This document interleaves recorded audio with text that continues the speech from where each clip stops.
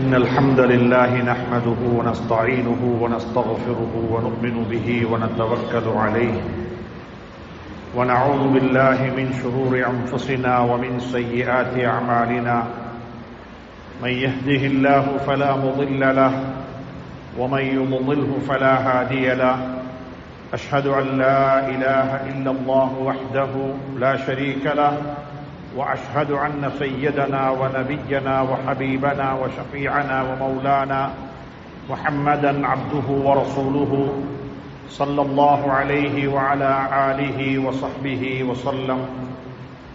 اللهم صل على محمد وعلى آل سيدنا محمد كما صليت على إبراهيم وعلى آل إبراهيم وبارك على محمد وعلى آل محمد كما باركت على إبراهيم وعلى آل إبراهيم إنك حميد مجيد.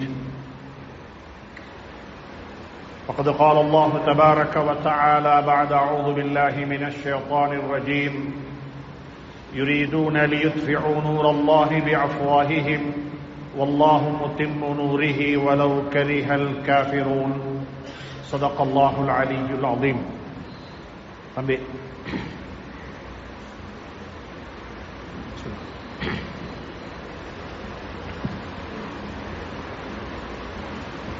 அல்லாஹ்வின் நல்லடியார்களே, அன்பு சகோதர நண்பர்களே, பெரியவர்களே, அல்லாஹுவை பயந்து தக்வா செய்து அஞ்சி அவனால் ஏவப்பட்ட ஏவல்களை எல்லாம் எடுத்து நடக்கும்படியாகவும் வேண்டாம் என்று சொல்லப்பட்ட விளக்கப்பட்ட அத்துணை வகையான பாவங்களை விட்டும் தவறுகளை விட்டும் தன்னையும் தன்னை சார்ந்தோரையும் பாதுகாத்து விலகி நடந்து கொள்ளும்படியாக முதலாவதாக எனக்கும் அப்பாலுங்களுக்கும் ஞாபகமூட்டிக் கொள்கின்றேன், வசியத்தும் செய்து கொள்கின்றேன், அன்பு கட்டளையும் பிறப்பித்துக் கொள்கின்றேன்.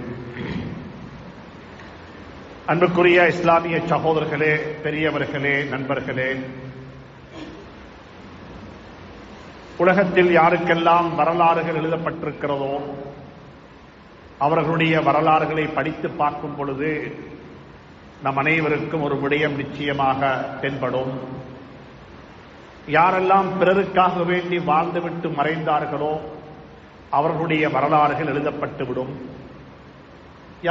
யாரெல்லாம் தனக்காக வேண்டி மட்டும் தன்னுடைய வாழ்க்கையை சுருக்கிக் கொண்டார்களோ, சுயநலம் நிறைந்தவர்களாக வாழ்ந்தார்களோ, சுயநலத்தை தன்னுடைய வாழ்க்கையினுடைய நோக்கமாக அமைத்துக் கொண்டு யாரெல்லாம் வாழ்ந்தார்களோ அவர்களுடைய வாழ்க்கை ஒரு வாழ்க்கையாக மட்டும் இருந்துவிடும். அது வரலாறாக இருக்க மாட்டாது. எனவே இந்த உலகத்தில் வாழும் பொழுது எங்களுடைய வாழ்க்கையினுடைய நோக்கத்தை நாங்கள் புரிந்து கொள்ள வேண்டும். நீண்ட காலம் வாழ வேண்டும் என்ற அவசியம் கிடையாது. ஆனால் வாழ்ந்த காலத்தை நல்லதாக வாழ்ந்துவிட்டு மரணிக்க வேண்டும். சஹாபாக்களுடைய வரலாறுகளையும் ஹஜ்ரத் ரசூலுல்லாஹி ஸல்லல்லாஹு அலைஹி வஸல்லம் வரலாறையும் படித்து பார்க்கும் பொழுது அது எங்களுக்கு தென்படுகிறது. ஒரு சஹாபி மௌத்தான சந்தர்ப்பத்தில் அல்லாஹ் சுப்ஹானஹு தஆலாவுடைய நபி சொன்னார்கள், இஹ்தஸ்ஸ அர்ஷுர் ரஹ்மான், அல்லாஹ்வுடைய அர்ஷ் இவருடைய ஜனாசாவுக்காக வேண்டி உசும்பியது என்பதாக.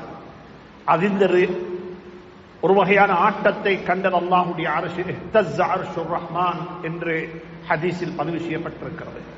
அந்த சஹாபியினுடைய வரலாறை படித்து பார்க்கும் பொழுது அவர் இந்த உலகத்தில் முஸ்லீமாக வாழ்ந்தது வெறுமனே 6 வருஷங்கள் மட்டும்தான். வாழ்க்கையில் கொஞ்ச நாட்கள் தான் வாழ்ந்தாலும் அதை அர்த்தத்துடன் வாழ்ந்தார்கள். சர்தார் ஆலம் தாஜுல் மதீனா முஹம்மது ரசூலுல்லாஹி ஸல்லல்லாஹு அலைஹி வஸல்லம் அவர்கள் பிறந்து இன்றையுடன் இந்த வருடத்துடன் 1500 வருடங்களை கொண்டாடினோம். அவைகளை பற்றி பேசினோம், கதைத்தோம். அன்புக்குரிய நண்பர்களே, சகோதரர்களே, அவர்களுடைய வாழ்க்கை 63 வருட கால வாழ்க்கை தான். ஆனால் 1500 வருடங்களாக பேசிக் கொண்டிருக்கின்றோம். ஆனால் இன்னும் பேசி முடியவில்லை. ஏனென்றால் அவர்கள் வாழ்ந்தது ஒரு வெறுமனே ஒரு வாழ்க்கையாக மட்டும் வாழவில்லை, ஒரு பாடமாக வாழ்க்கையை வாழ்ந்து விட்டு போனார்கள். பிறருக்கு வாழ்ந்து காட்டினார்கள், பிறருடைய வாழ்வுக்கு அவர்கள் வித்திட்டார்கள், பிறருடைய வாழ்க்கைக்கு அவர்கள் வழிகாட்டினார்கள். எனவே தான் வாழ்க்கை வரலாறாக மாறிவிட்டது. யாரெல்லாம் தன்னுடைய வாழ்க்கையை வரலாறாக மாற்றிக்கொள்வார்களோ அவர்களுடைய வாழ்க்கை மற்றவர்களுக்கு பாடமாக இருக்கும். அப்படிப்பட்ட ஆரோக்கியம் நிறைந்த வாழ்க்கையை அல்லாஹ் சுப்ஹானஹு வ தஆலா நம் அனைவருக்கு நசீபாக்குவானாக. அன்புக்குரிய இஸ்லாமிய சகோதரர்களே, பெரியவர்களே, நண்பர்களே, ஒரு நல்ல ஒரு தருணத்தில் ஒரு ஜும்மாவுடைய வேளையில் நாங்கள் உட்கார்ந்திருக்கின்றோம். அதுவும் ஒரு நிகழ்ச்சியை மையமாக வைத்து இந்த ஜும்மா அமைக்கப்பட்டிருக்கிறது. இந்த ஜும்மாவுடைய பிரசங்கம் நடத்தப்படுகிறது என்பதும் உங்களுக்கு தெரியும். அதே அடிப்படையை மையமாக வைத்து இன்றைய ஹுத்பாவை அமைத்துக் கொள்வது மிக பொருத்தமானதாக இருக்கும் என்று நினைக்கின்றேன். இஸ்லாத்தில் மிம்பர் என்பது ஒரு மிக முக்கியமான இடத்தை வகிக்கிறது. இஸ்லாத்துக்கு முன்னாலேயே ஜாஹிலியா காலத்தில் கூட மிம்பருடைய பழக்க வழக்கம் இருந்திருக்கிறது. அதனால தான் ஹதீசுகள்ல வந்திருக்கிறது. புகாரியில கூட பதிவு செய்யப்பட்ட ஹதீஸ், வஅன்சிர் அஷீரத்தகல் அக்ரபீன் என்று சொல்லி அல்லாஹ் சுப்ஹானஹு வ தஆலா முதலாவது தாவத்துடைய பிறருக்கு இந்த தீனை எத்தி வைக்க வேண்டும் என்ற ஆயத்து, முதலாவது ஆயத்து இறங்கியது ஹஜ்ரத் ரசூலுல்லாஹி ஸல்லல்லாஹு அலைஹி வஸல்லம் சொல்லும் பொழுது, ஊர் மக்களுக்கு சொல்லுவதற்கு முன்னால், உலகத்துக்கு சொல்லுவதற்கு முன்னால், சமூகத்துக்கு சொல்லுவதற்கு முன்னால் உங்களுடைய குடும்பத்துக்கு நீங்கள் சொல்லுங்கள். குடும்பம் என்பது எங்களை சூழ இருக்கக்கூடிய இடவந்து சொந்தம் பந்தம் உடையவர்கள். அவர்களுக்கு முதலாவது இந்த மார்க்கத்தை நாங்கள் சொல்லுவது எங்களுடைய கடமை. ஸல்லல்லாஹு அலைஹி வஸல்லம் அவர்களுக்கு அல்லாஹ் சுப்ஹானஹு வ தஆலா முதலாவதாக இறக்கி வைத்த ஆயத்து வஅன்திர் அஷீரத்தகல் அக்ரபீன் என்ற ஆயத்து இறங்கியதும் ஸல்லல்லாஹு அலைஹி வஸல்லம் அந்த காலத்தில் மக்காவில் மிம்பராக பாவிக்கப்பட்டது அரஃபாவுடைய மலையைத்தான். அரஃபா சஃபாவுடைய மலை. சஃபாவுடைய மலையின் பக்கமாக ஹஜ்ரத் ரசூலுல்லாஹி ஸல்லல்லாஹு அலைஹி வஸல்லம் அவர்கள் நேராக போய் மக்களை அழைத்தார்கள். அஸ்ஸலாத்து ஜாமிஆ என்று கூப்பிட இல்ல, அந்த நேரம் அப்படி கூப்பிடுற வழக்கமும் இருக்க இல்ல, தொழுகை கடமையாக்கப்பட்டிருக்கவும் இல்லை. அதனால் ஜாஹிலியா காலத்து மக்கள் கூப்பிடுவது போல யா ஸபாஹா, காலை நேரத்தில் மக்களை அழைக்கும் பொழுது காலை வந்தனம் சொல்லி மக்களை அழைத்தார்கள். அனைத்து மக்களும் ஒன்று சேர்ந்தார்கள். நாங்கள் வரலாறு படித்திருக்கின்றோம். ஸல்லல்லாஹு அலைஹி வஸல்லம் அவர்களுக்கு இறங்கின அந்த குர்ஆனுடைய ஆயத்தை நடைமுறைப்படுத்துவதற்கு முதல் மிம்பராக பாவித்தது அந்த ஸஃபாவுடைய மலையைத்தான் என்று சொல்லி புகாரி ஷரீஃபில் ஹதீஸ் பதிவு செய்யப்பட்டிருக்கிறது. அன்புக்குரிய நண்பர்களே, சகோதரர்களே, மதீனா முனவ்வராவுக்கு போனதற்கு பிறகு ஸல்லல்லாஹு அலைஹி வஸல்லம் அவர்கள் பள்ளிவாசலை கட்டி முடித்து விட்டார்கள். மக்களுக்கு உபன்யாசம் செய்ய வேண்டும், மக்களுக்கு நல்லதை சொல்ல வேண்டும், மக்களுக்கு வழிகாட்ட வேண்டும். அதனால் அவர்களுக்கு தேவைப்பட்டது ஒரு உயரமான இடம்.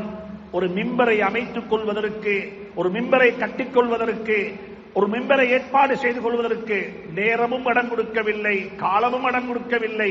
அதனால் ஸல்லல்லாஹு அலைஹி வஸல்லம் அவர்கள் தற்காலிகமாக ஒரு ஈத்தப்பல குத்தியின் மீது ஏறி நின்று மக்களுக்கு உபன்யாசம் செய்தார்கள். அன்புக்குரிய நண்பர்களே, சகோதரர்களே, எந்த ஒரு நல்ல கர்மமும் சின்னதாகத்தான் ஆரம்பிக்கப்படும்.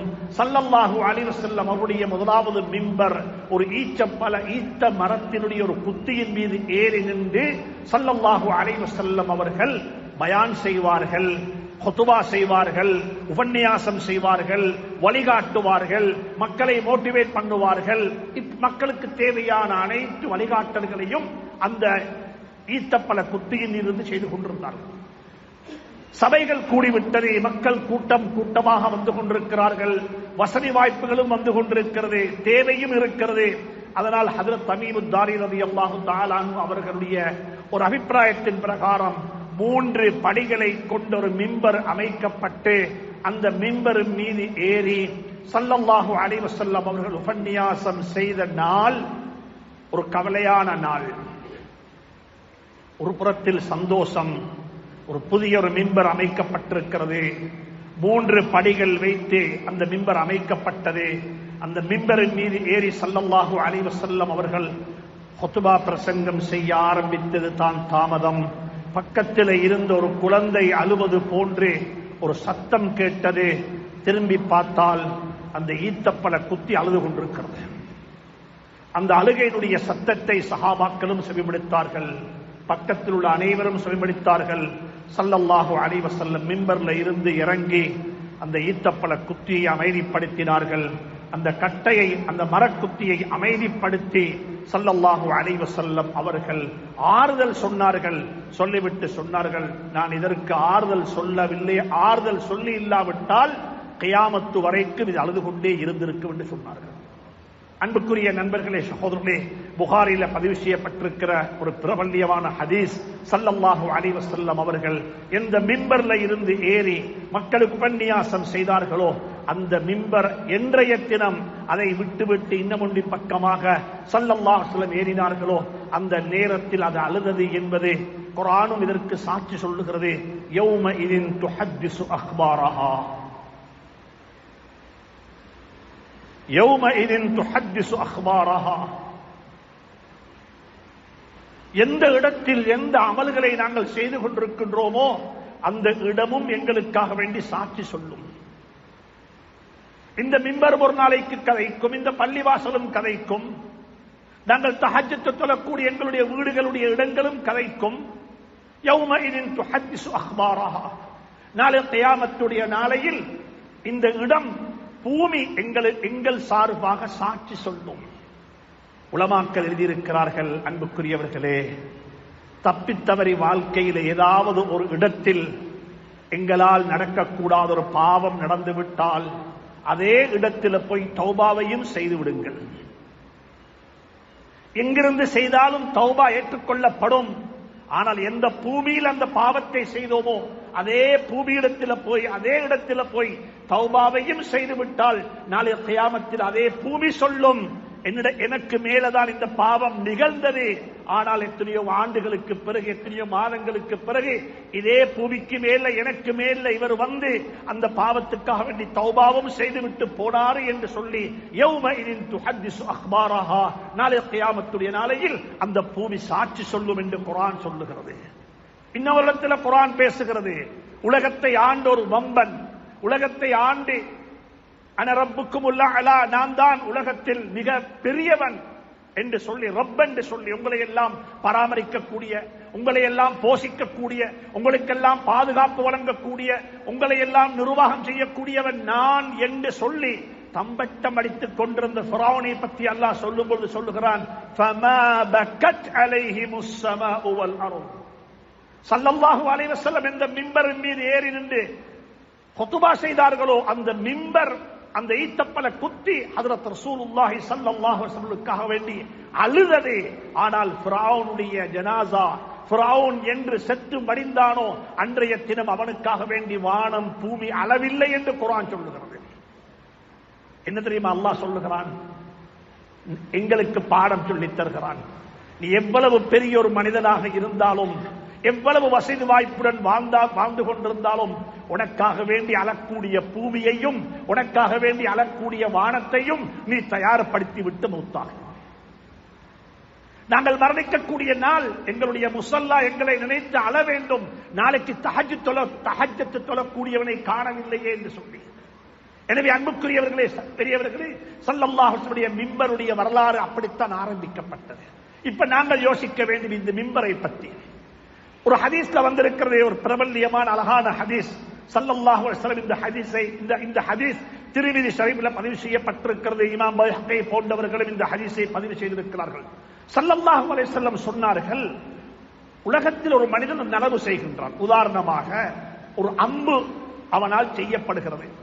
போர் முனையில் யுத்தகலத்துக்கும் இஸ்லாத்தை பரத்துவதற்காக வேண்டி போகும் பொழுது எதிரிகளால் நாங்கள் தாக்கப்பட்டால் எதிரிகளை தாக்குவதற்கும் எங்களை பாதுகாத்துக் கொள்வதற்குமாக வேண்டி ஒருவர் ஒரு அம்பை செய்தார். சொன்ன ஸல்லல்லாஹு அலைஹி வஸல்லம், இந்த ஒரு அம்பினூடாக 3 மனிதர்கள் சுவர்க்கம் போவாங்க. செய்யப்பட்டது ஒரே ஒரு அம்புதான். ஒரு ஃபேக்டரியில, ஒரு தொழிற்சாலையில ஒரு மனிதர் ஒரு அம்பை செய்கிறாரு. இன்னல்லாஹ யுத்கிலு பிஸ்ஸஹ்மில் வாஹிதி ஸலாஸா. 3 பேருக்கு சுவர்க்கம் கிடைக்கும். முதலாவது ஆள் யார் தெரியுமா? அந்த அம்பை செய்தவர். சானிஉஹு அல்லதி யஹ்தஸிபுல் கைர், நலவை நாடி, நன்மையை நாடி தொழில் செய்யுங்கோ, பிரச்சனை இல்லை. ஆனா இதனால நலவு நடக்கணும், இந்த தொழிலால நலவு நடக்கணும். லாபம் ஈட்டலாம், ஆனால் அதையும் நியத்து வைக்க வேண்டும். மக்களுக்கு கெடுதி செய்யக்கூடிய வியாபாரம் செய்ய வேணும், மக்களுக்கு தீங்கு விளைவிக்கக்கூடிய வியாபாரம் செய்ய வேணும். நலவை நாடிய நிலையில், நன்மையை நாடிய நிலையில் ஒருவர் ஒரு அம்பை செய்து விற்க வைத்திருக்கிறார். அவருடைய வேலை அம்பு செய்வது, அவருடைய வேலை அந்த ஆயுதத்தை செய்துவது, அதை செய்து வைத்திருக்கிறார். இரண்டாவது ஒருத்தர் அந்த அம்பை வாங்கி ஒரு படையை ஆயத்தப்படுத்தினார். அல்லாஹுடைய பாதையில உயிர் தியாகம் செய்வதற்காக வேண்டி, எல்லைகளை பாதுகாப்பதற்காக வேண்டி ஒரு கூட்டம் ஆயத்தமாக இருக்கிறாங்க. அந்த ஆயத்தமாக இருக்கக்கூடிய கூட்டத்துக்கு இன்னமொரு சகோதரர் அந்த அம்பை வாங்கி கொடுத்தாரு, அவருக்கும் சுவர்க்கம் கிடைக்கும். இன்னமொருத்தர் மூணாவதால் அந்த அம்பை கொண்டு போய் எய்தாரு, ராமிஹா, அதை எய்தாரு, அவருக்கும் சுவர்க்கம் கிடைக்கும். அன்புக்குரிய நண்பர்களே, சகோதரர்களே, ஒரு அம்பினூடாக 3 பேருக்கு சுவர்க்கம் உண்டா? நான் சொல்ல வாரேன், இந்த மிம்பரும் அப்படித்தான். இந்த மிம்பரை செய்தவர்கள் அல்லாஹ் சுப்ஹானஹு வ தஆலா இந்த பள்ளிக்கு காணி கொடுத்தவர்களுக்கு அல்லாஹ் அருள் செய்வானாக, அவருடைய கபர்களை பிரகாசமாக்கி வைப்பானாக. எங்களுடைய வாழ்க்கையிலேயும் மௌத்தாகிறதுக்கு முன்னால ஒரு நிலையான தர்மத்தை செய்துவிட்டு மௌத்தாக அல்லாஹ் துணை புரிவானாக. அன்புக்குரியவர்களே, சகோதரர்களே, எங்களுடைய முன்னோர்கள் செய்துவிட்டு போன வக்ஃபுகளையும் சதகாக்களையும் வசியத்துகளையும் நாங்கள் பாவித்துக் கொண்டிருக்கின்றோம். நாங்க என்ன செய்திருக்கிறோம் என்றதையும் கொஞ்சம் யோசித்து பாருங்க. இந்த நாட்டில் நாங்கள் யோசிக்க வேண்டும். எங்களுடைய முன்னோர்கள் எங்களுக்கு தேவையான அனைத்தையும் செய்துவிட்டு போனார்கள். பாடசாலைக்கு காணி கொடுக்கணுமா, வைத்தியசாலைக்கு காணி வேணுமா, பள்ளிவாசல் கட்ட வேண்டுமா, மையவாடி வேண்டுமா, சுப்ஹானல்லாஹ், முஸ்லிம் கொலடிகள் அமைக்க வேண்டுமா, அனைத்தையும் செய்துவிட்டு போனார்கள். அந்த காலத்தில் யாரும் வெளிநாட்டில் இருந்து இங்க உதவிக்கு வர இல்லை, எந்த ஒரு வெளிநாட்டு நிறுவனமும் தொழில் உதவி செய்ய இங்க வர இல்லை. எங்களுடைய முன்னோர்கள் செய்துவிட்டு போனார்கள். சட்டங்களையும் ஏற்றினார்கள். பாராளுமன்றத்தில் இருந்தவர்கள் வெறுமனே ஒரு கட்சியாக மட்டும் இருக்கவில்லை. இந்த நாட்டு முஸ்லீம்கள் இன்றைக்கு நாங்கள் இவைகளை எல்லாம் அனுபவித்துக் கொண்டிருக்கின்றோமோ, அது ஒரு முஸ்லீம் பர்சனல் லோவாக இருக்கலாம், வக்ஃபுடைய சட்டமாக இருக்கலாம், அனந்தர சொத்து இஸ்லாமிய முறை பிரகாரம் பிரிப்பதாக இருக்கலாம், சால்ட்ரைன் அதாவது ஹலாலான முறையில் ஆடு மாடுகளை அறுத்துக் கொள்வதற்கான சட்டங்களாக இருக்கலாம். இவைகள் அனைத்தையுமே 1930களில் வாழ்ந்த எங்களுடைய முன்னோர்கள் எங்களுக்காக வேண்டி சட்ட ரீதியாக செய்துவிட்டு போன சலுகைகள் எங்களுக்கு இது. அவர்களையும் நாங்கள் எங்களுடைய துஆக்கள் ஞாபகப்படுத்த வேண்டும். இங்க இருக்கக்கூடிய அனைத்து அரசியல் பிரமுகர்களுக்கு சொல்லுகின்றேன், நீங்கள் எந்த கட்சியினூடாக பாராளுமன்றத்துக்கோ எந்த கட்சியினூடாக எந்த ஒரு சேவைக்கு நீங்கள் தெரிவு செய்யப்பட்டாலும், நீங்கள் தெரிவு செய்யப்பட்டதுதான் அந்த கட்சியினூடாக. ஆனால் நீங்கள் பணி செய்ய வேண்டும் நாட்டுக்காக வேண்டி, உங்களுடைய பிரதேசத்துக்காக மட்டுமல்ல, உங்களுடைய சமூகத்துக்கு மட்டுமல்ல, இந்த நாட்டினுடைய இறைமையை பாதுகாப்பதற்கு. அப்படிப்பட்ட முஸ்லீம் பிரமுகர்கள் இந்த நாட்டுக்கு தேவை. நாங்கள் அவர்களை இழந்து நிற்கின்றோம், அப்படிப்பட்டவர்களை காணவில்லை. அதுதான் மிக வருத்தமாக இருக்கிறது. அன்புக்குரிய நண்பர்களே, சகோதரர்களே, எங்களுடைய முன்னோர்கள் தேவையான அனைத்தையும் மிக உறுதியுடன் பதிவு செய்கின்றேன். உலகத்தில் 53 முஸ்லீம் நாடுகள் இருக்கிறது. எந்த ஒரு முஸ்லீம் நாட்டிலும் இல்லாத சலுகைகள் எல்லாம் எங்களுக்கு இருக்கிறது. இந்த நாட்டில் இருக்கிற மிகப்பெரிய ஒரு சலுகை இன்று வாதிக்கிறாங்க, அது சலுகையா சலுகை இல்லையா என்று சொல்லி. ஆனால் அது சலுகையாக நாங்கள் பாவித்துக் கொண்டிருக்கின்றோம். அது என்ன தெரியுமா? ரமலானுடைய காலத்தில் பாடசாலைகளுக்கு விடுமுறை. எதற்காக வேண்டி? ரமலானுக்காக வேண்டி. முஸ்லீம்கள் நோம்பு நோக்க வேண்டும், இராக் காலங்களில் நின்று வணங்க வேண்டும், அவருடைய குழந்தைகள் நோம்பு பிடிக்க வேண்டும், அவருடைய குழந்தைகள் இஸ்லாமிய பண்பாட்டை வளர்த்துக் கொள்ள வேண்டும். ஒரு ரமலான் என்பது ஒரு ஆன்மீக பாசறையாக இருப்பதின் காரணமாக பாடசாலைகளை இழுத்து மூடிவிடுங்கள் என்ற சட்டம் இன்றைக்கு அல்ல, 1950களில் இருந்து வந்த சட்டம். இந்த நாட்டுக்கு கிடைத்த வரம் இவைகள் எல்லாம் நாங்கள் புரிந்து கொள்ள வேண்டும். எங்களுடைய முன்னோர்கள் எங்களுக்கு இவைகளை எல்லாம் செய்துவிட்டு போனார்கள். இப்ப 7 மண்டா யாராவது சொல்லுங்க பார்ப்போம், நாங்க இதை செஞ்சோம், நாங்க அதை செஞ்சோம் என்று சொல்லி. எத்தனை பள்ளி கட்டி இருக்கின்றோம். அரபு நாட்டு சல்லி வர வேண்டும், ஏதாவது இடத்தில் ஒரு பள்ளியை கட்ட வேண்டும், உம்மத்தை இரண்டாக பிரித்து விட வேண்டும். இதைத்தான் நாங்கள் செய்திருக்கின்றோம். மிக கவலையுடன் சொல்லுகின்றேன், எங்களுடைய முன்னோர்கள் செய்த வக்ஃபுகளும், எங்களுடைய முன்னோர்கள் செய்த சதகத்துல் ஜாரியாக்களும், எங்களுடைய முன்னோர்கள் செய்த வசியத், லாஸ்ட் வில் வசியத்துகளும் சுப்ஹானல்லாஹ், இன்று அவைகளை நாங்கள் அனுபவித்துக் கொண்டிருக்கின்றோம், பாவித்துக் கொண்டிருக்கின்றோம். மிக இரக்கமாக சொல்லுகின்றேன், அன்பானவர்களே, தனவந்தர்களே, பெரியவர்களே, பட்டதாரிகளே, அனைவருக்கும் சொல்லுகின்றேன், வாழ்க்கையிலே ஏதாவது ஒரு வக்ஃபை செய்துவிட்டு மூத்தாகுங்கள், ஏதாவது ஒன்றை செய்துவிட்டு மூத்தாகுங்கள். அல்லாஹ் சுப்ஹானஹு வ தஆலா அதற்குரிய சந்தர்ப்பத்தை நசீபாக்குவானாக. முதலாவதாக இந்த மிம்பர் செய்யப்பட்டது, இந்த பள்ளிவாசல் கட்டப்பட்டது, இந்த பள்ளி புனர் நிர்மாணம் செய்யப்பட்டது, இவைகளுக்காக வேண்டி உதவி செய்தவர்கள் எம்மாத்திரமோ இருக்கிறாங்க. அதே தோரணையில், அதே வரிசையில் இந்த மிம்பரும் அழகாக அமைக்கப்பட்டிருக்கிறது. இவர்களையும் அல்லாஹ் சுவர்க்கத்தை அனுப்பி வைப்பானாக. இரண்டாவது ஆள் யார் தெரியுமா? இந்த மிம்பர்ல ஏறி ஹுத்பா செய்யக்கூடிய இமாம்.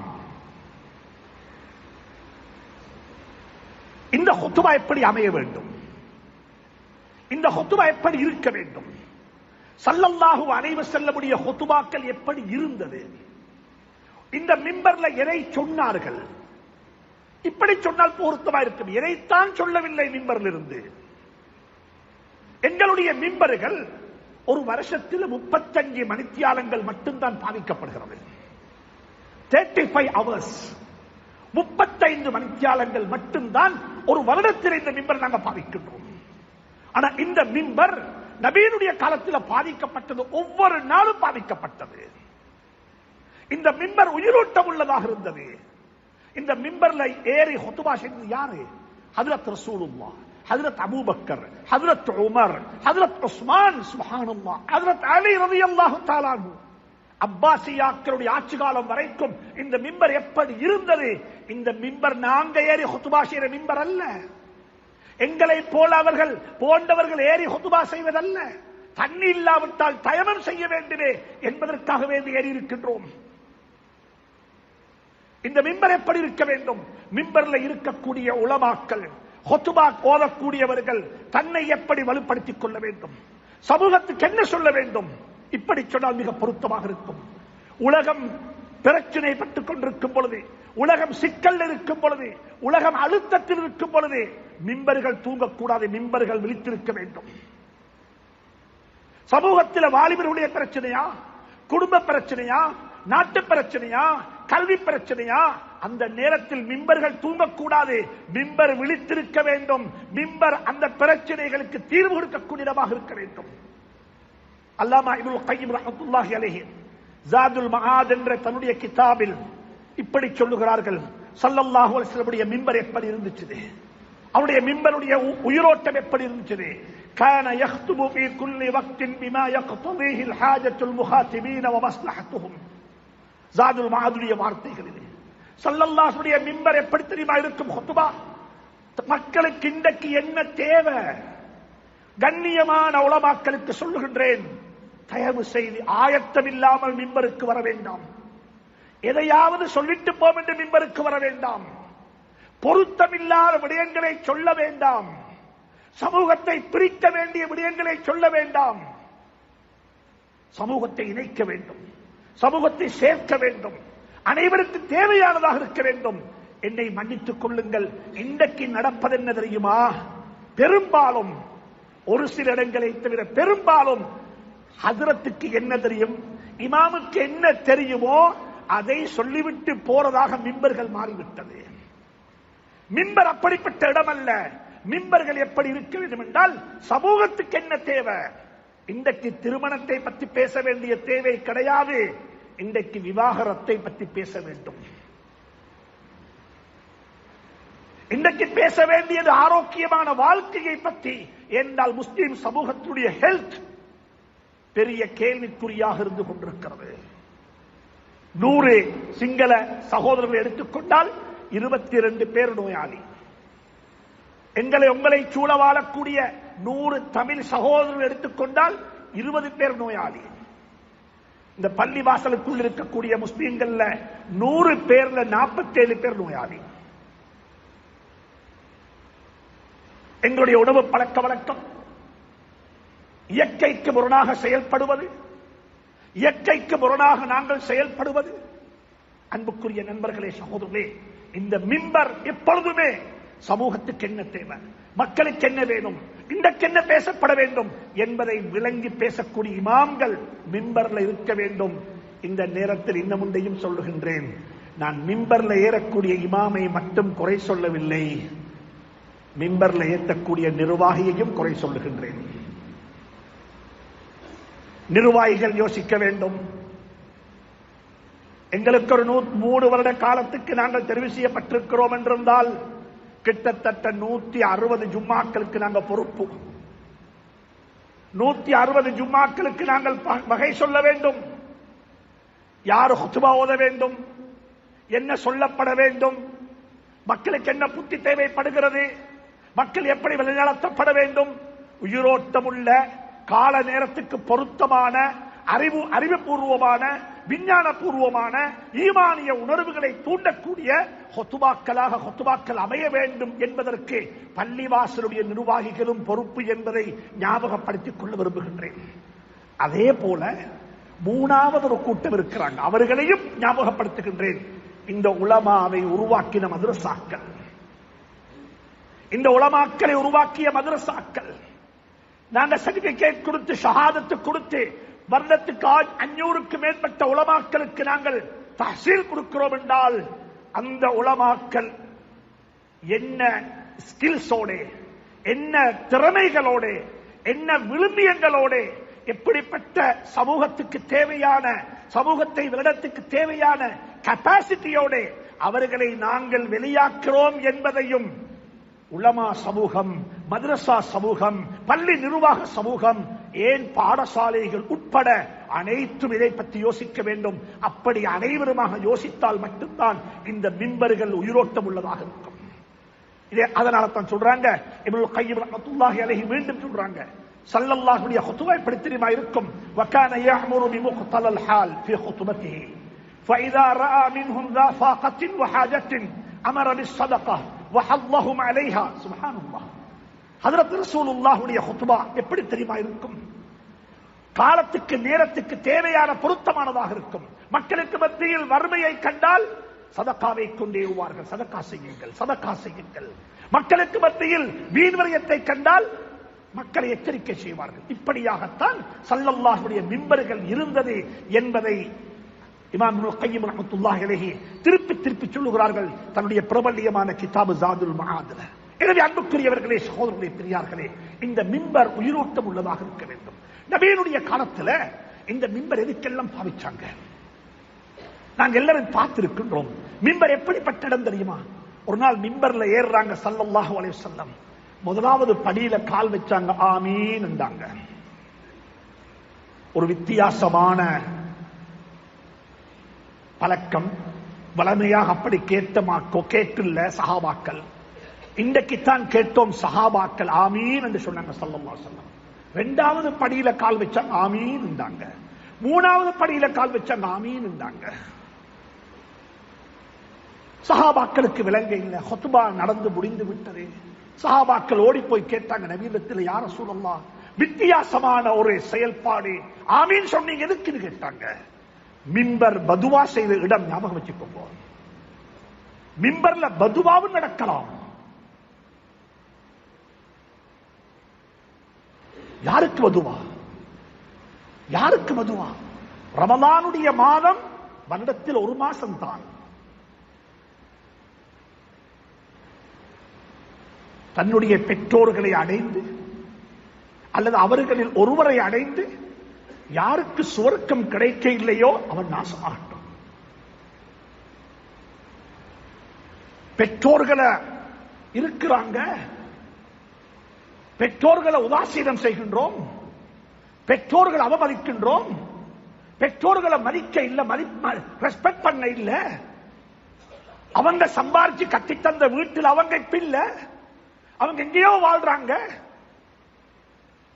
ஏன் அந்த சொத்தெல்லாம் நாங்க வாங்கி கொண்டுட்டோம், அந்த சொத்துக்களை எல்லாம் நீங்க வாங்கி கொண்டுட்டீங்க என்று சொல்றதை விடவும் அவர்களுடைய சொத்துக்களை எல்லாம் நாங்கள் அபகரித்துக் கொண்டோம் என்பதுதான் பொருத்தம். இப்படிப்பட்டவர்களுக்கு நாசம் உண்டாகட்டும் என்று பதுவா செய்யப்பட்ட இடம் மிம்பர். அன்புக்குரியவர்களே, இந்த மிம்பரை துஆவுக்கு மட்டும் பாவிக்கல, ஸல்லல்லாஹு அலைஹி வஸல்லம் பதுவாவுக்கும் பாவிச்சாங்க. புகாரில ஹதீஸ் வந்திருக்கிறது, ஸல்லல்லாஹு அலைஹி குடும்பத்துடைய மானத்தில் கை வைக்கப்பட்டது. இன்னல்லதீன ஜாஉ பில் இஸ்பி உஸ்பத்தும் மின்கும் லா தஹ்ஸபூஹு ஷர்ரன் லக்கும். நபியினுடைய குடும்பத்தில் கை வைக்கப்பட்டது, மானத்தில் கை வச்சு நபியினுடைய மானத்தை, நபியினுடைய குடும்பத்தினுடைய கௌரவத்தை சீர்குலைப்பதற்கு முனாஃபிகீன்கள் திட்டம் தீட்டினாங்க. அந்த நேரத்திலையும் ஸல்லல்லாஹு அலைஹி வஸல்லம் மிம்பரை பாவிச்சாங்க. என்ற குடும்பத்துக்கு இப்படிப்பட்ட ஒரு இழிவு வந்திருக்கிறது, அது இவர்களால் தான் செய்யப்பட்டது, எனவே அவர்களை விட்டு நான் காருமானம் தேடுகிறேன் என்று சொல்லி மிம்பரில் இருந்து தான் ஸல்லல்லாஹு அலைஹி வஸல்லம் மக்களுக்கு அந்த அறிவித்தலை கொடுத்தார்கள். கொஞ்ச நாள் புகழ்ல குர்ஆனுடைய ஆயத் இறங்கிச்சு, அத்தய்யிபூன லித்தய்யிபாத் வத்தய்யிபாத்து லித்தய்யிபீன. நபி ஸல்லல்லாஹு அலைஹி குடும்பத்துக்கு அப்படி ஒன்றுமே நடக்க இல்ல, இது ஒரு இட்டுக்கட்டப்பட்ட செய்தி. சுப்ஹானக ஹாதா புஹ்தானுன் அதீம், இட்டுக்கட்டப்பட்ட செய்தி என்று சொல்லி குர்ஆனுடைய ஆயத் இறங்கினதும் ஸல்லல்லாஹு அலைஹி வஸல்லம் அதே மிம்பரத்தான் பாவிச்சாங்க அந்த நன்மாராயத்தை மக்களுக்கு சொல்வதற்கு.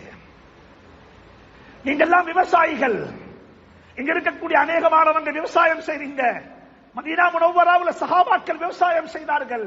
ஒரு நாள் மிம்பர்ல இருக்கிறாங்க ஸல்லல்லாஹு அலைஹி வஸல்லம், ஒரு சஹாபி ஓடி வந்தாரு. வகார் ஜா அரபியுன், ஒரு காட்டரபி, ஒரு நாகரிகம் தெரியாத முன்பின் தெரியாத ஒரு அரபி வந்து சொன்னாரு நபியை பார்த்து, யா ரசூலல்லாஹ், பசி தலைக்கு மேல, தண்ணி இல்லாத்தினால மழை இல்லாத்தினால விவசாயம் எல்லாம் முக்கி போய் விட்டது, சரியான நெருக்கடியாக இருக்கிறது, எங்களுக்கு என்ன சரி செய்யுங்க யா ரசூலல்லாஹ் என்று சொல்லி மிம்பர்ல இருந்த நபியை பார்த்து வந்த ஒரு சஹாபி தன்னுடைய அவல நிலையை சொன்னாரு. மிம்பர்ல இருந்த நபி ஸல்லல்லாஹு அலைஹி வஸல்லம் அப்படியே கையேந்தினாங்க. கை கீழே போறதுக்கு முன்னால மழை பெய்ய ஆரம்பித்து விட்டது. அப்படிப்பட்ட உயிரோட்டம் உள்ள மிம்பர் இது.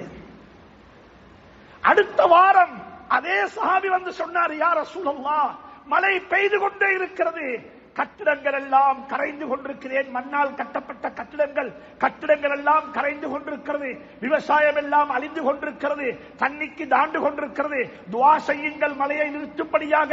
அதே மிம்பர்ல இருந்து அடுத்த வாரம் சொன்னாங்க ஸல்லல்லாஹு அலைஹி வஸல்லம், அல்லாஹும்ம ஹவாலைனா வலா அலைனா, மழையை நிறுத்தும்படியாக துஆ செய்ய இல்ல, யா அல்லாஹ் எங்களுக்கு இது போதும், வேற எங்கேயாவது இதை பேவை யா அல்லாஹ் என்று அல்லாஹ்விடத்தில் துஆ கேட்டார்கள். அன்புக்குரிய நண்பர்களே, சகோதரர்களே, மக்களுடைய பொருளாதார பிரச்சனையா, மக்களுக்கு நெருக்கடியா, மக்களுக்கு சிக்கலா, அதற்கும் ஸல்லல்லாஹு அலைஹி வஸல்லம் மிம்பரத்தான் பாவிச்சாங்க. இன்னும் ஒன்றையும் விளங்க வேண்டும், நாங்கள் எல்லாரும் படித்திருக்கின்றோம். இமாம் பைஹக்கி ரஹ்மத்துல்லாஹி அலைஹி, இமாம் இப்னு அஸாக்கிர் ரஹ்மத்துல்லாஹி அலைஹி சொல்றாங்க, உமருடைய காலத்தில் மிம்பர் எப்படி இருந்துச்சு? உமருடைய ஆட்சி காலம் எல்லாராலையும் பேசப்படக்கூடிய காலம். உமருடைய ஆட்சி காலத்தை பத்தி எல்லாரும் பேசுவாங்க. ஆனா உமருடைய ஆட்சி காலத்துல இந்த மிம்பர் எப்படி இருந்துச்சு? சுப்ஹானல்லாஹ். இந்த மிம்பருக்கு இருந்த உயிரோட்டம், இந்த மிம்பருக்கு இருந்த சக்தி, இந்த மிம்பருக்கு இருந்த பவர் என்ன தெரியுமா? ஒரு நாள் உமர் ரலியல்லாஹு தஆலா அன்ஹு ஒரு ஜமாத்தை அனுப்பி வச்சாங்க. ஹஜ்ரத் சாரியா ரலியல்லாஹு தஆலாவுடைய தலைமையின் கீழே ஈராக் நாட்டுக்கு காதிசியாவுக்கு முன்னால அந்த சஹாபி அந்த ஊருக்கு போயிருக்கிறாங்க, அந்த ஊரை கைப்பற்றத்துக்கு. அங்க போனா அங்க ஒரு யுத்தம் நடக்க போகுது, சண்டை மூழுது. உமர் ரலியல்லாஹு அன்ஹு ஜமாத் அனுப்பிட்டாங்க. அந்த ஜமாத், அந்த படை ஈராக்குக்கு போய் சேர்ந்துட்டாங்க. யுத்த காலத்தில் ஃபைட் பண்ணி கொண்டிருக்கிறாங்க. ஹஜ்ரத் உமர் ரலியல்லாஹு தஆலா அன்ஹு 1000-2000 மைல் கப்பால் இருக்கக்கூடிய அந்த ஈராக்குடைய மக்களுக்கு அந்த சாரியா ரலியல்லாஹு தஆலா அன்ஹு அவர்களுடன் இந்த மிம்பரில் இருந்து பேசினார்கள். யா சாரியா அல் ஜபல், யா சாரியா அல் ஜபல், சாரியா நீங்க இருக்கிற மலைக்குண்டிலிருந்து நகர வேண்டாம், உங்களோட படை அங்க வச்சுக்கோங்க என்று சொல்லி இங்கிருந்து கமாண்ட் பண்ணின இடம் இந்த மிம்பர். உமருடைய ஆட்சி காலத்தில் வைஃபை இருக்க இல்ல, உங்களுடைய ஆட்சி காலத்தில் சேட்டலைட் இருக்க இல்ல. ஆனா அவர்களுக்கு இருந்த பவர் என்ன தெரியுமா? மிம்பர்ல இருந்து 1000-2000 மைலுக்கு அப்பால் இருக்கக்கூடிய ஒரு படையையும் நெறிப்படுத்தக்கூடிய, திருத்தக்கூடிய, அட்வைஸ் பண்ணக்கூடிய அளவுக்கு உமருக்கு ஆற்றல் இருந்தது.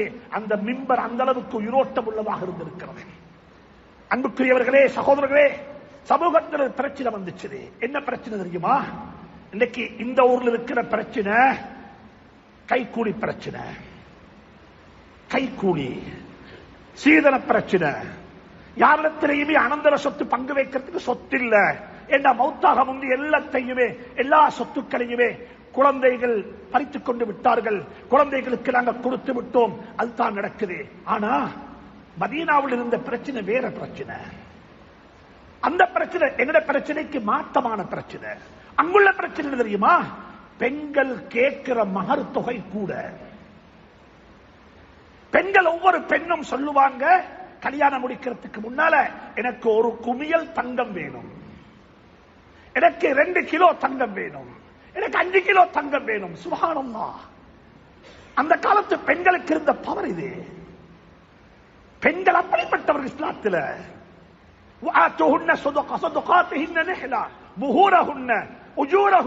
குர்ஆன் மஹர பத்தி பல வகையாக பேசியிருக்கிறது. மஹர் கொடுத்துத்தான் முடிக்க வேண்டும்.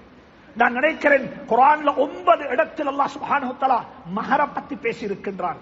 ஆனா ஒவ்வொருத்தரும் பேய்த்து உங்களோட மேரேஜ் சர்டிபிகேட் எடுத்து பாருங்க, நீங்க கொடுத்த மஹர் என்னன்னு சொல்லி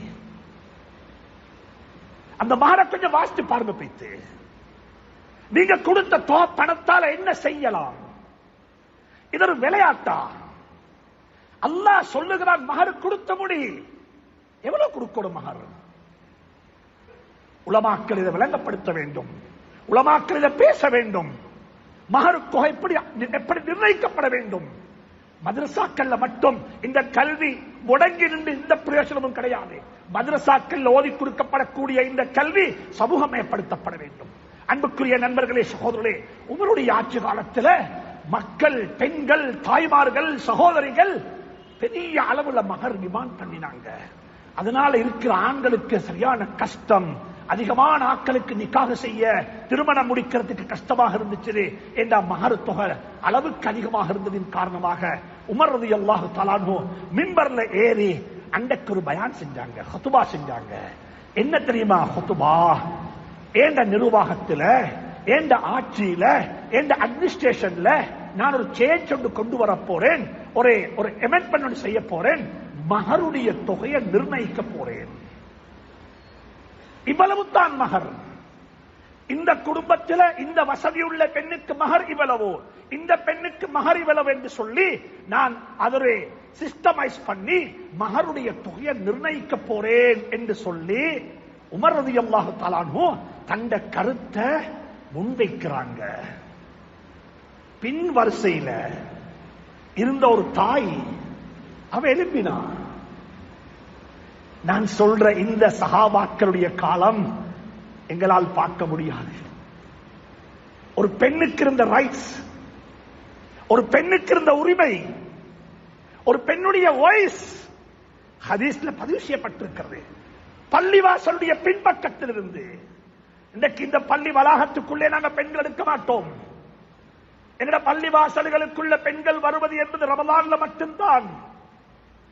நபியினுடைய காலத்தில் நபி ஸல்லல்லாஹு அலைஹி வஸல்லம் கட்டின பள்ளிவாசல்ல பாபுன் நிசா, பெண்களுக்கு என்ற ஒரு பிரத்யேகமான கதவு வைத்துத்தான் அந்த பள்ளியை விஸ்தரிப்பு செஞ்ச உமர் ரலியல்லாஹு தஆலா. இன்றைக்கு இருக்கிற பாபுன் நிசா, மதீனா முனவ்வராவுடைய பள்ளிக்கு போனா, மஸ்ஜித் நபவிக்கு போனா பாபுன் நிசான் இருக்கிறது. அது இந்த அரசாங்கத்தில் வைக்கப்பட்ட கதவல்ல. அந்த கதவை வச்சவர் யாரு தெரியுமா? உமர் ரலியல்லாஹு தஆலா அன்ஹு அவர்கள். பள்ளிவாசல்கள்ல பெண்களும் இருந்தார்கள், ஹுத்பாக்களுக்கு வந்தார்கள், செவிமடுத்தார்கள். சுப்ஹானல்லாஹ், சுப்ஹானல்லாஹ். எங்கட சமூகம் இதை பற்றி கொஞ்சம் யோசிக்க வேண்டும். பெண்களுடைய வகிபாகம் சமூகத்தில் என்ன? பெண்களுடைய குரலுக்கு எந்த அளவுக்கு அதிகாரம் இருக்கிறது சமூகத்தில்? பெண்களை எந்த இடத்தில் நாங்கள் வைத்திருக்கின்றோம்? குர்ஆன் சொல்லுது, ஒரு பெண்மணிக்கு, ஒரு தாய்க்கு தந்த கணவன் ரொம்ப கஷ்டப்படுத்தினாரு. அல்லாஹ் அந்த தாய்மார்களுக்கு ஆரோக்கியமான வாழ்க்கையை நசீபாக்குவானாக. எத்தனை ஆயிரக்கணக்கான லட்சக்கணக்கான தாய்மார்கள் திரை மறைவில் இருந்து கொண்டு கண்ணீர் வடித்துக் கொண்டிருக்கிறாங்க. என்ற பிரச்சனையை யார்கிட்ட சொல்லுவது? என் கணவன் சொன்னா எனக்கு அடித்தான் படும். என் வாப்பாட்ட சொன்னா அவர் சொல்லுவார், நான் உன்னை கல்யாணம் முடிச்சு கொடுத்துட்டேன், அவர் நோயாளியாக இருக்கிறாரு. நான் யார்கிட்ட சொல்றதுக்கு? என் கையில 3 சின்ன பிள்ளைகள் இருக்குது. இந்த பிள்ளைய வச்சுக்கொண்டு நான் என்ன செய்ய? இப்படி வாழக்கூடிய பெண்களை விட சமூகத்தில் லட்சம் அல்ல பல லட்சம் இருக்கிறது. அப்படிப்பட்ட ஒரு பெண்மணி தந்த கணவனுடைய கஷ்டம், கணவன் தரக்கூடிய அந்த டார்ச்சர், அந்த நெருக்கடி அவரால் பொறுத்துக் கொள்ள முடியாம ஒரு நாள் வந்தாங்க வீட்டுக்கு, நபியினுடைய வீட்டுக்கு. ஹஜ்ரத் ஆயிஷாவுடைய வீட்டுக்கு வந்து கதவை தட்டி அனுமதி கிடைத்தது, உள்ளுக்கு போனாங்க. ஆயிஷா சித்திகா ரலியல்லாஹு தஆலா அன்ஹா சொல்றாங்க, அந்த பெண்மணி வந்தா ஹவுலா பின்தி ஸஅலபா ரலியல்லாஹு தஆலா அன்ஹா என்ற வீட்டுக்குள்ள வந்து நபியினுடைய காதில் என்னமோ ரகசியம் பேசினாங்க. அந்த வீட்டுக்குள்ளதான் நான் இருந்தேன், எனக்கு அது கேட்க இல்லை. என்னமோ 2 பேரும் என்னமோ சொல்றாங்க. இந்த பெண்மணி ஸல்லல்லாஹு அலைஹி வஸல்லம் அப்படியாண்டு காது கொடுத்து கேட்டுக் கொண்டிருக்கிறாங்க. எந்த பதிலும் சொல்ல இல்ல. அந்த காத, அந்த வாய காதிலிருந்து எடுக்க இல்ல. ஜிப்ரீல் அலைஹிஸ்ஸலாம் வந்துட்டாங்க. ஒரு பெண்ணுடைய குரலுக்கு, ஒரு பெண்ணுடைய அவலத்துக்கு, ஒரு பெண்ணுடைய நெருக்கடிக்கு அல்லாஹ் எந்த அளவு முக்கியத்துவம் கொடுத்தான் தெரியுமா? வாய எடுக்கல, காதிலிருந்து ஜிப்ரீல் அலைஹிஸ்ஸலாம் அந்த வீட்டுள்ளுக்கு قد سمع الله قول التي تجادلك في زوجها وتشتكي الى الله والله يسمع تحاوركما ان الله سميع بصير. உலமாக்களே, இது குர்ஆன். இத மக்களுக்கு சொல்லுங்க, இத மக்களுக்கு சொல்லுங்க. குர்ஆன் பெண்களுக்கு கொடுத்த இடம் என்ன? நாங்க கொடுத்த இடம் என்ன? நாங்க எங்க வச்சிருக்கிறோம் அவங்கள? அன்புக்குரியவர்களே, சகோதரர்களே, பெண்களும் நெறிப்படுத்தப்பட வேண்டும். உமருடைய சபையில் இருந்து ஒரு பெண்மணி எழுப்பி சொன்னா, உமர், அல்லாஹ் பொதுவாக சொன்னதை நிர்ணயப்படுத்துற சக்தி உங்களுக்கு இல்லை என்றால், அல்லாஹ் சொல்லியிருக்கிறார் எங்களுக்கு,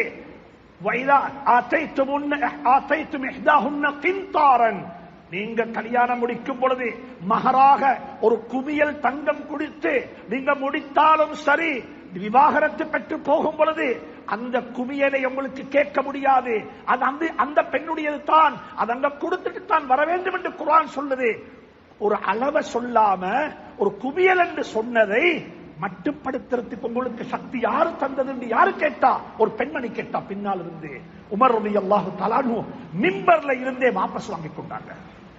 இதுதான் மிம்பர், இதுதான் மிம்பர். எனவே அப்படிப்பட்ட உயிரோட்டம் உள்ள, அப்படிப்பட்ட அர்த்தங்கள் நிறைந்த, அப்படிப்பட்ட கருத்துக்கள் நிறைந்த, உம்மத்துக்கு வழி சொல்லக்கூடிய, உம்மத்துக்கு திசை சொல்லிக் கொடுக்கக்கூடிய, உம்மத்தை நெறிப்படுத்தக்கூடிய, உம்மத்துடைய ஆகிரத்துடைய வாழ்க்கைக்கு வழிகாட்டக்கூடிய, உம்மத்துக்கு மௌத்துடைய சிந்தனையையும் ஆகிரத்துடைய சிந்தனையையும் சுவர்க்கத்துடைய ஆசையையும் ஊட்டக்கூடிய இடமாக இந்த மிம்பர்கள் ஆக்கப்பட வேண்டும், ஆக வேண்டும். அப்படிப்பட்ட மிம்பர்களாக அல்லாஹ் சுப்ஹானஹு வ தஆலா இந்த நாட்டினுடைய எல்லா மிம்பர்களையும் ஆக்கி வைப்பானாக. எங்களுடைய எல்லா பிரச்சனைகளுக்கும் தீர்வு செல்லக்கூடிய இடமாக அல்லாஹ் இந்த மிம்பர்களை ஆக்கி வைப்பானாக. யா அல்லாஹ் நம் அனைவரையும் பொருந்திக் கொள்வாயாக, நம் அனைவரையும் ஏற்றுக் கொள்வாயாக.